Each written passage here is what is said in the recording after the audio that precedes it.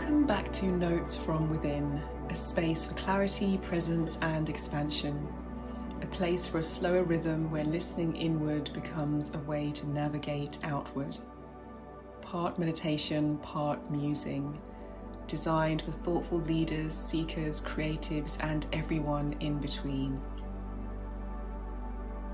I'm Katie, a guide and deep listener.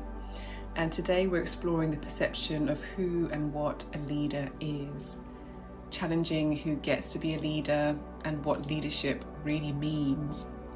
But first, let's move inwards for a moment with some breath awareness.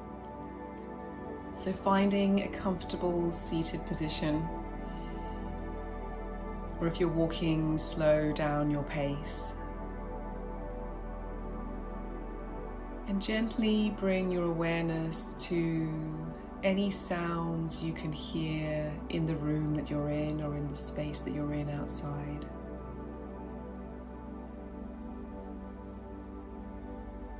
Listening to any sounds that surround you.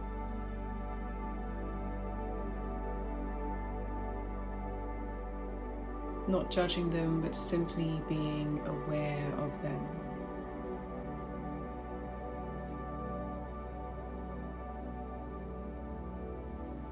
And bringing your awareness to your breath.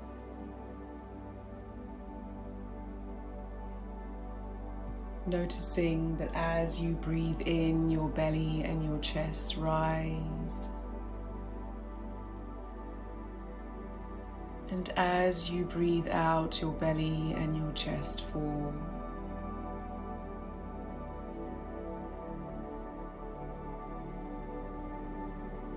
Noticing that as you breathe in, your belly and your chest rise. And as you breathe out, your belly and your chest fall. Feeling a deep sense of relaxation washing over you. Feeling yourself relaxing into this session and into this moment.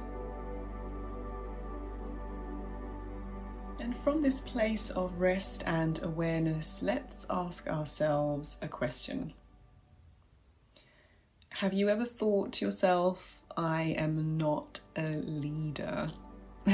I definitely have thought this at times throughout my career and throughout my life. And if your answer was also yes, then you are definitely not alone. I've thought it, I've believed it. Many people who we would stereotypically think of as leaders have also thought this too. It's easy to tell ourselves that leadership is for people with big corporate titles or who are naturally confident or maybe even outspoken. But if you run any team, if you're even a parent of any children or of any adults, if you are a mentor or you literally inspire one neighbor or any one human being, you are essentially leading. Whether you're aware of it or not, your visibility is apparent, and that means that you have influence, and that makes you a leader. Having influence is what leadership really is. I had my first leadership role at around 24 years old, and if you asked me then, I would not have called it that. I would not have seen myself as a leader. I knew that I had responsibility. I had a few direct reports. In fact, actually, they were indirect reports. I had hundreds of graduates looking up to me, but yet I would never have called myself a leader. And of course, within the organizations that I've worked in historically, I would not have been called a leader yet either. That was really reserved for roles with more tenure, for example, but essentially I was leading people and projects already. And thank goodness that unknowingly I acted quite a lot like a leader despite not knowing it, and that was to my advantage. I was figuring things out as I went, and I had some trusted guidance from people along the way, but essentially I was finding the answers with each step that I took. Which brings me, I suppose, to another point that I'm thinking of right now, which is that you don't need to know everything to be a leader. And you will always make mistakes, but it's about how we deal with those mistakes when they come. Not if they come, but when they come. And we will learn how to be a leader along the way. And we are surrounded by people who can support us with the knowledge that we need to be able to lead effectively.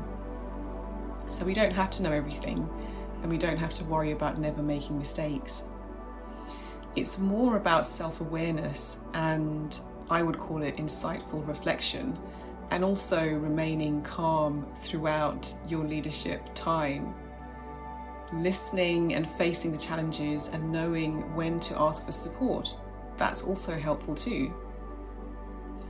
And knowing when to let go of a mistake that you've made. Maybe humbly apologizing, sharing a solution to that mistake, executing on that solution, and then doing things differently next time. That's what leadership is really about. It's about what I said earlier, which is learning as you go and building your experience. Remembering that some of our best ideas come from some of our biggest mistakes.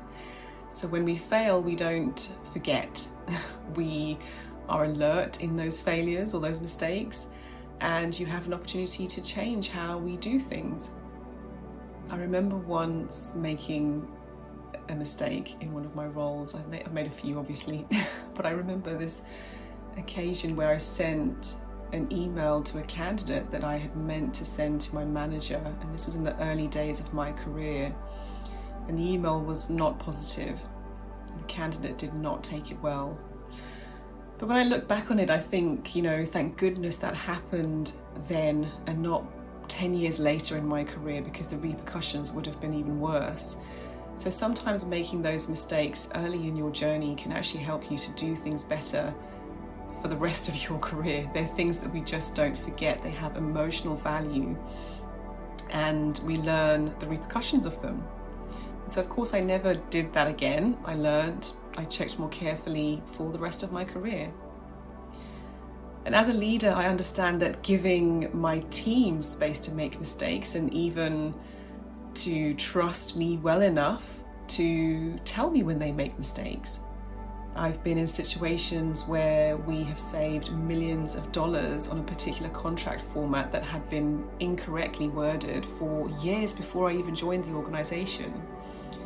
But because I built that trust within the team for individuals to spot the mistakes and come to me with them and work together on a solution, we're therefore able to solve them.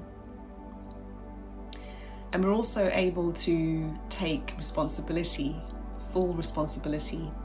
Even if as a leader you may not have been responsible for the mistake, you are leading the team who may have done this, and it's only natural. And so obviously in this scenario, we learned from it and we came back with a contract that was even better than we could have dreamed of, a contract that we wouldn't have created unless this mistake had happened. So leadership means taking responsibility, especially when it's messy. And things will fall apart sometimes and people will let you down. But it's about the community coming together and understanding that we're all playing some leadership role within this group. And if you allow your team to feel this sense of autonomy and this minor level of leadership that may seem minor at the time but is actually quite major when you think about the repercussions, then everybody feels they have a role to play and they feel that what they do actually makes a difference, and that is because it genuinely really does. And so when mistakes happen, try to avoid comments such as maybe they should have known better, or maybe you might say it wasn't my fault. And try to say things differently, and you could maybe go along the lines of, what could I have done differently as a leader? How could I have supported you more? Or what did I miss? And this is not about putting the blame on yourself. It's about you being a community in how you solve that problem and how you lead going forwards. because we're in this together and good leaders know this. Those looking in can tell when a leader is shifting the blame or not joining the team in terms of taking responsibility. It's very, very, very obvious. And all of this can either erode trust or build trust, and we're all looking for trust building. And the good news is that you can choose again tomorrow. You can change something tomorrow. You can do things differently. So every day is a fresh chance to lead with a little more information, a little more care, and a little or a lot more courage. So remember that you are a leader. You may not be perfect, but you are enough, and you will and do learn. So let's close off with a few deep breaths, allowing you to feel my words sinking into your body, allowing you to remember some of them. So take a few deep breaths, breathing in through your nose and out through your mouth.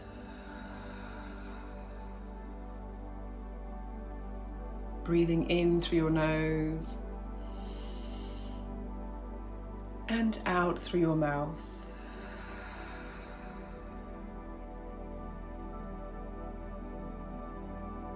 Thank you for being here. Thank you for your attention, your presence, and your leadership.